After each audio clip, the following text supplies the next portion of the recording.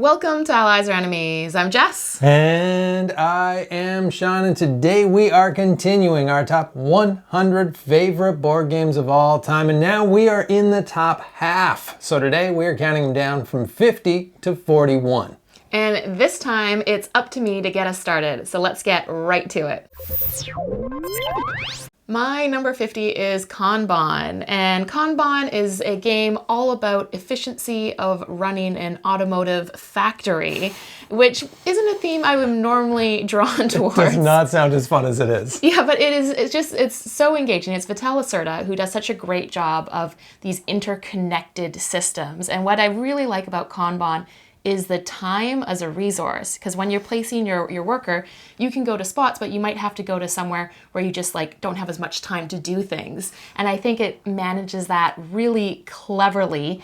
And spoiler alert, it is my favorite Lacerda because I do enjoy his interconnected systems, and I find this one, at least for me, the most approachable of all the ones I've played. It's the smoothest for sure. Yeah, and it is my number 50.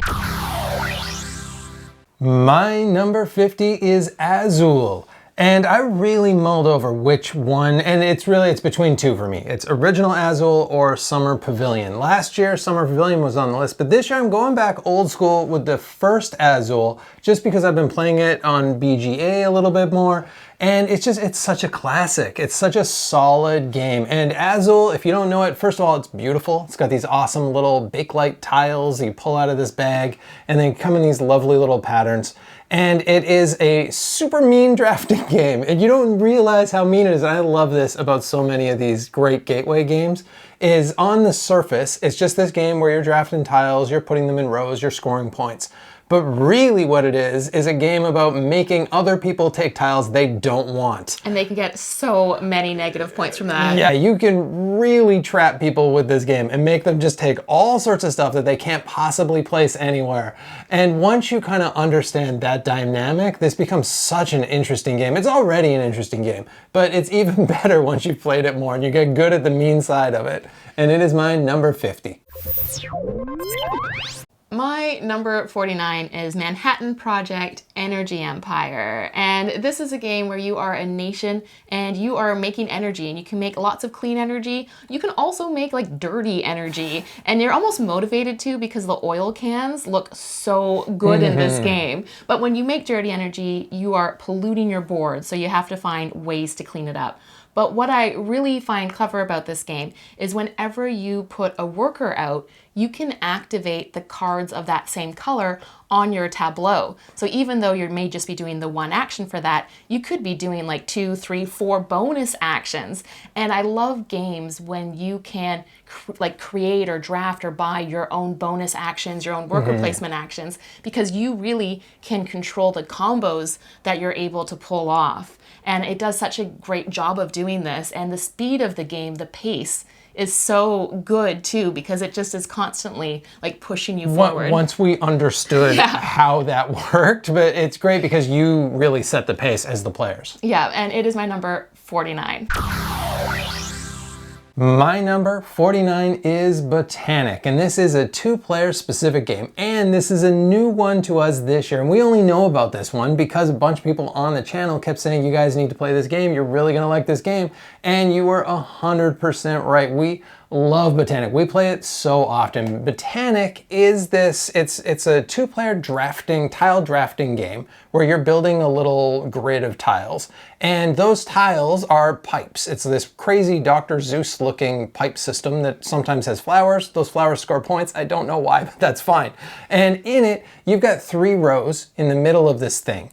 And one of the rows is your tiles, one of the rows the other person's tiles. One of the rows, when you put tiles there, unlocks the tiles on either side. And then you have to take those and place them in your grid.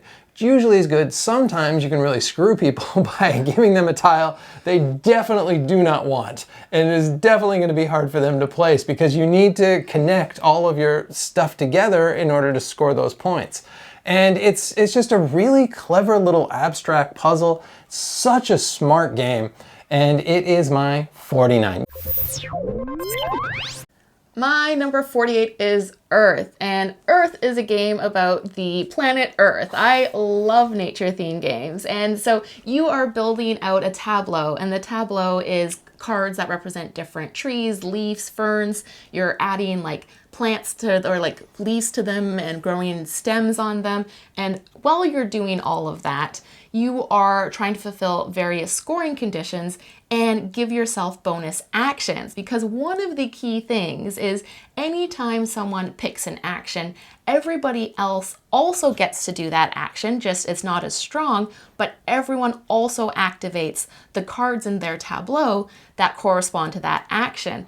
And so it's just really like neat how you can create these combos of like maybe making like one of the colors really strong, and so you're always going to pick that because you can do a lot. Or other times just being able to accomplish a lot when it's not even your turn. It's just so nice for games when you're like always involved. And this certainly does this and feels so different every time depending on like what cards you're getting, how you're building out, whether you're like maximizing different colored actions or how you're being able to like create your scoring conditions as well. And it is my number 48. My number 48 is Welcome To. And for me, this is kind of like the flip and write game. This is, when I think of a flip and write game to suggest to anybody, this is always the first one to come to mind. It's like instantly become a classic. I think it's like 8 years old now, or probably older. I don't know. Oh, they grow up so fast, don't they? But Welcome To it's just this terrific flip and write game that is set kind of in this idyllic 50s world where you just got to write numbers in order. You got to put them on houses and they need to be in ascending order. And that's basically the rules. Sometimes you got to put up fences and then you're scoring different goals. But through that, it's so clever. Like, it's so interesting how, because you're taking the combos of 2 different cards each time. So you got 3 combinations of 2 cards. And the decision of like what is the special power you want on the one card is really interesting, because I love pools. I always got to get my pools. I love parks. You love parks. Parks are also really great though too, but it's one that you're going to play over and over and over. We've played this so many times. We have so many other versions of it, but we still keep coming back to that original sheet over and over and over, and it is my 48. My number 47 is Ganymede. And in Ganymede, you are trying to get people from Earth to Mars and finally ending up in Ganymede. And how you're doing it is every turn you have to pick a tile or a card, and that either gives you like people to put on planet Earth, or it lets you move specific colors either from Earth to Mars or Mars to Ganymede. And that's the gist of it, but it has this really clever way of being able to combo actions. So you're always motivated to try and like get as many of one type as possible to get as many combos as you can, but you're going to be restricted because you have to be able to perform the actions on the cards that you're getting. And it's so clever and it's so quick. And like, this has become one of our go-to filler games. And I think it's just because it feels so satisfying, and it's like 20-30 minutes at 2 players. And it's got a great theme too. Yeah, you love the moons. I love my Galilean moons. And it is my number 47. My number 47 is Earth, and Earth is all about creating the planet Earth. And I just love nature-themed games. And in Earth, you're making this tableau of cards, and it's different. It's like trees and ferns and This is everything I said. but my number 47 is in fact Earth. And I really do like Earth for all of the reasons you said. And I think one of my favorite parts about Earth is, well, it's a thing that I like in a lot of games, that action selection system where I choose something and everyone else gets to do it. I really like to always be involved in games. I don't like downtime, and this has almost no downtime. And it is really nice that you can, even though I think still the planting is generally the strongest path, generally you do need at least one secondary path. Or you can even focus on it. We've won games with any of the different paths. That may be because we're not great at it, or it might be that we're very creative and we're excellent at it. I don't know. Really clever game, and really good with the expansion that we got a little preview of, and I like quite a bit as well. And that is my 47. My number 46 is Istanbul. And in Istanbul, you are a person who is visiting markets with a whole bunch of assistants. And it has such a clever mechanism of this stack of discs. And so anytime you go somewhere, you have to drop off one of the discs to be able to perform the action. So to be able to do the actions, you either have to have discs that you can drop off, or you can go back and pick discs up. And so you're trying to create, ideally, to be as efficient as possible, these loops that let you be able to get the resources you need and then spend those resources and try and be the first to get the gems to fill up your wagon. And if you don't make that perfect loop, you end up going back to this fountain over and over while Jess makes this perfect loop, just zipping around the board. And it's because the board is modular, you always set it up randomly. There is no perfect way to do it. Every time you play, you have to try and figure it out. And it's going to be influenced by where the other people are too, because you don't want to land where they are as well. And so being able to try and be as efficient as possible is it's really great. And I love trying to avoid going to the fountain as much as possible. It's my number 46. My number 46 is Living Forest. And Living Forest is this really cool blend of pusher luck and deck building, and it's got these 3 completely different paths to win, and I really like that about this game. So in Living Forest, you are building a forest, and so you're adding these tree tiles to your tableau. You are also trying to put out these fires that are going to cause trouble for everybody and give you these bad cards if you don't put them out, but you want to put them out best and most. And you're trying to collect up these blossoms, which is kind of more of a later game strategy that can be pretty hard to pull off, but very satisfying to do. And I really like that you can focus on those 3 different things. And you're doing this through a whole bunch of different actions. So you're moving your spirit around the middle of the board and trying to like zip by the other person. You always run by me, Yeah. and because it means you can steal something from them. Yeah, I do. I do a lot of that part of this game, but all of the things are interconnected. So like when you're getting the trees, that's going to help to beef up your how many cards you can buy, or how strong of cards you can buy, or how much of the fire you can put out. And very much it's going to make it possible to put out those blossoms, because the blossoms are really a push your luck win. That's like if you can get enough of those and get enough cards out without getting the night animals or dark animals or whatever they are, then you're able to just win immediately in one turn by putting out enough of these blossoms. And the expansion actually makes the blossoms a little bit stronger as well, because that is definitely the hardest way to win, I think, in the base game. But it is really cool how it balances those 3 different win conditions and how those different cards are really going to focus you in different ways as well. I love this game, and it is my 46. My number 45 is Flamme Rouge, and Flamme Rouge is a bicycling race, or a cycling race, if you will. You're always bicycling. And these bicyclists are from like the 1920s. They have these great mustaches. And so you always are moving your 2 cyclists, I'll say it properly, by playing your cards. So you have one that tends to move a bit faster, one that tends to move a bit slower. And so it's this neat race where you're not like zipping ahead. You actually want to try and stay with the pack, because you get more negative cards that like fill up your deck if you are further ahead. And you're trying to take advantage of the course, because you can like take advantage of downhills and make sure you're not playing high cards when you have uphills.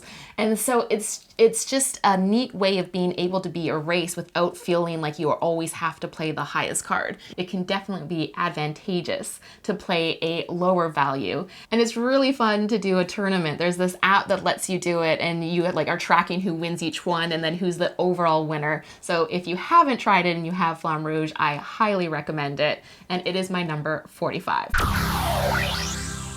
My number 45 is Pandemic, and I'm kind of doing the whole system, but Jess makes me choose one of them. So I'm gonna actually go with Pandemic Iberia here, and I loved the legacy ones. I especially loved going through season 0. I thought that one was terrific, but all 3 of them I think are really strong. But Iberia is the one that we've been playing in the last year.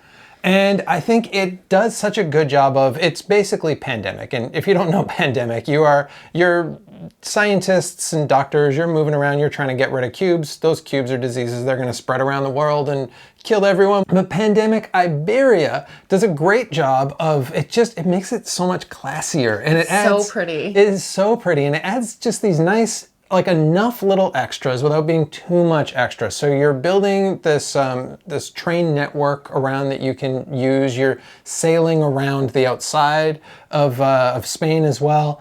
And it's also got these historic diseases that you can go up against, which is a little bit dark, but it gives you these interesting different, just like slight tweaks on the game and these interesting different little challenges that are pretty difficult as well.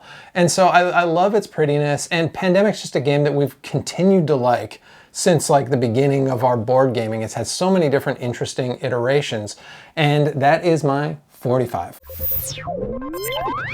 My number 44 is Imperial Settlers Empires of the North. And in this game, you are a northern faction and you are like putting out cards and you're trying to get a whole bunch of resources. You are going to faraway or nearby lands and claiming those cards. You're using your axes to stop your enemies from being able to perform their actions. And there's a lot under its furry, warm hood, and it plays so differently depending on which faction you are. So this is another one that's just fun to try and figure out the different factions and how they work. And so some of them, you know, you might be building, like farming a lot, putting down a lot of cards.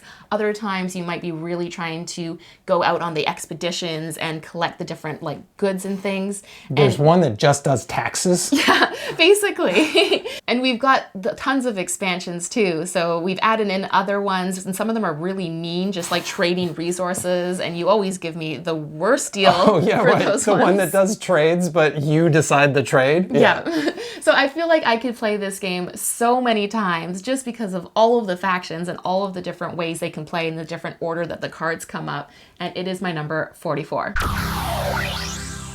My number 44 is Scythe, and this is another one with a whole bunch of asymmetric factions, and we just really like when there's a bunch of different stuff to try out in a game. Yeah, this is one I also really like the expansion factions in. Yes, yeah, both of them they're harder to play, but they're really fun. And Scythe is, it's like a resource management and building and kind of fighting. It's kind of a mishmash of stuff, but I think at the heart of it is it's this efficiency puzzle where you've got your own little board and you're doing the top action, but you also really want to make sure that you're set up with the right resources that you can also do the bottom action. And how those are combined on your boards is really going to change how you play this game, as well as the end game triggers that you're driving towards, because the game is really a race to put out however 5 or 6 stars, however many it is, in order to win the game. But where this game really shined for us was with the Rise of Fenris expansion, because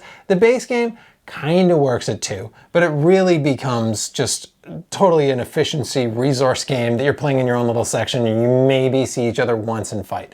But with Rise of Fenris, it added enough little story elements and enough interesting things and different paths and stuff that would pop up and make us play differently that it actually was decent at 2 players. It's still not its best count, but we found it really fun. We played through it twice. Yeah, we've played through that twice and once more with friends as well. And I love this game so much that it's still on my list, even though we mostly played it at not perfect count. And that is my 44.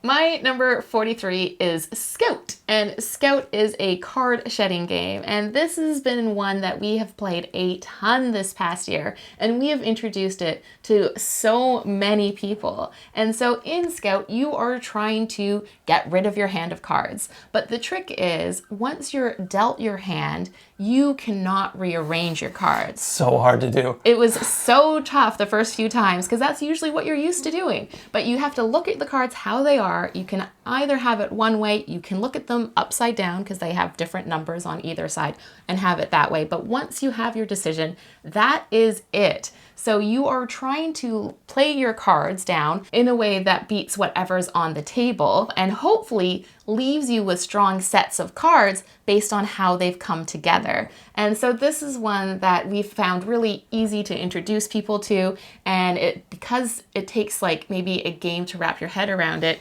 once we play it once, we're always playing it like at least 2 times, and it is my number 43. My 43 is Caverna, and Caverna is an Uwe Rosenberg game, and it's such an Uwe Rosenberg game. This takes Agricola, which is such a classic, and it kind of streamlines it, it adds a little bit more fun to it, and it adds a better theme as well. So in Caverna, you are cave dwarves, and you're building your little dwarf home. You've got animals, you're doing animal husbandry stuff. You can have those animals living in your home, which is fun. You're doing mining, you're doing farming, all the stuff that you would kind of expect from an Uwe Rosenberg game. And it's got these fun little bits to it as well. Like instead of the usual making babies, you now wish for children, which is so fun. The dwarves have like dwarven storks, I assume, bring them the children. It's so family friendly.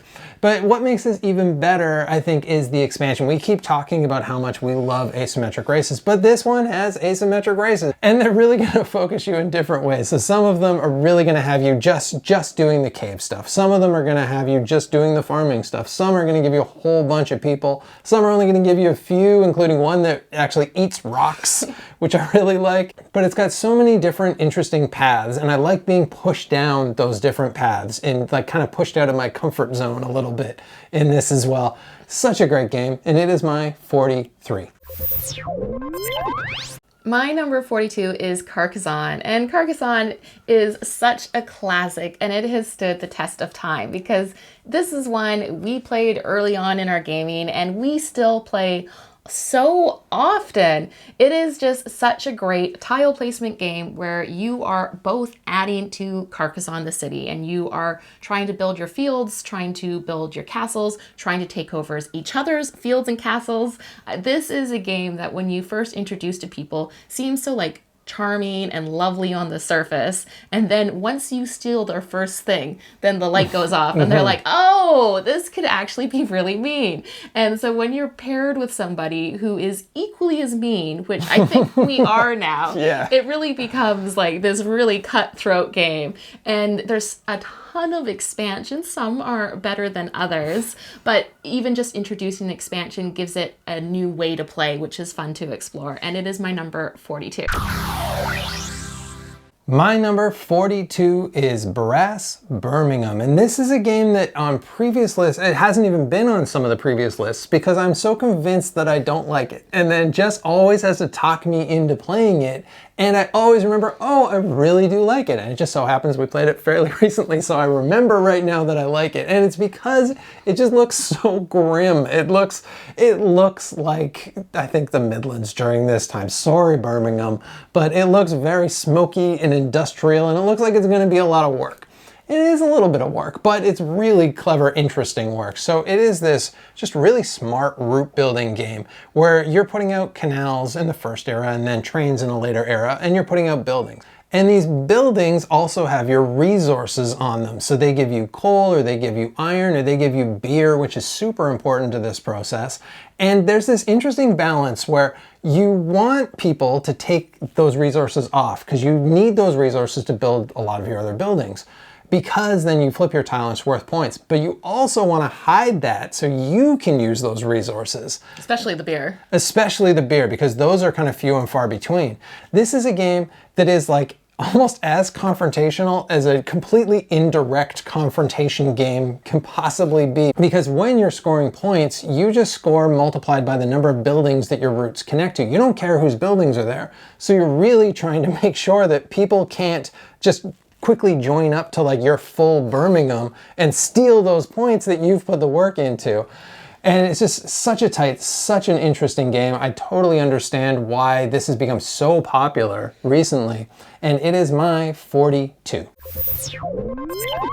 My number 41 is Orléans, and Orléans is a Euro bag builder. It's my favorite bag builder I think I have on the list. Alert. And in Orléans, you are pulling out your villagers, and then you have to place those villagers on your board, and then you get to activate the actions. But you can only activate the actions that are full with the correct villagers. And many of those actions will be getting new villagers, so that's going to be trying to like build your bag for future actions. But also whenever you get somebody, those villagers will give you different bonuses, such as giving you coins or a resource or new tiles, which give you different actions as well, and even just allowing you to pull more people out of the bag. And then so what you're trying to do is get more people to be able to do those actions, but also you need to slim down your bag to try and make sure you're pulling the right kind of people. And there's this shared board that you like send your villagers off to, and those get you points as well. So it's just managing who you have in the bag for what you want to be able to do. And I also love the expansion. The Invasion expansion introduces cooperative, which is my favorite part of the expansion, but it also just adds like a whole bunch of different ways to play. So Orléans is my number 41. My number 41 is Hegemony. And Hegemony is this game all about socioeconomics. So you're going to be taking on the role of one of 4 classes. You're either going to be the heroic working class, the middle class, the evil capitalists, or the state. You can kind of see where my leanings are. And you're going to be playing that class, and it's going to be super different for the different classes. And so the working class, you're trying to get these hardworking people into jobs, and you're striking and you're building unions. The capitalists, you're making the buildings and getting the people in there, but you are trying to squeeze as much out of them as you can to get the most production. The middle class is a mix of those two. And the state is kind of this like really lovely altruistic state that's trying to help everybody else out. And this is a big game. It's a learning curve. It is a commitment, especially if you play this with 4 players. You really have to be warned that about half of this game is going to be dealing with taxes and paying voting. and voting. And so it's a lot of stuff that does not sound fun, but trust me, it is so much fun. It's such an interesting game, especially if you have any interest in the like socioeconomic systems and how those different systems bounce off of each other, because it really does take that stuff seriously, and you can see all of the work that they've put into it. It feels a little bit like the best social studies class that you ever had, because it is actually fun despite all of that stuff sounding so dry. This is a really fun, really engaging game, and it is my 41.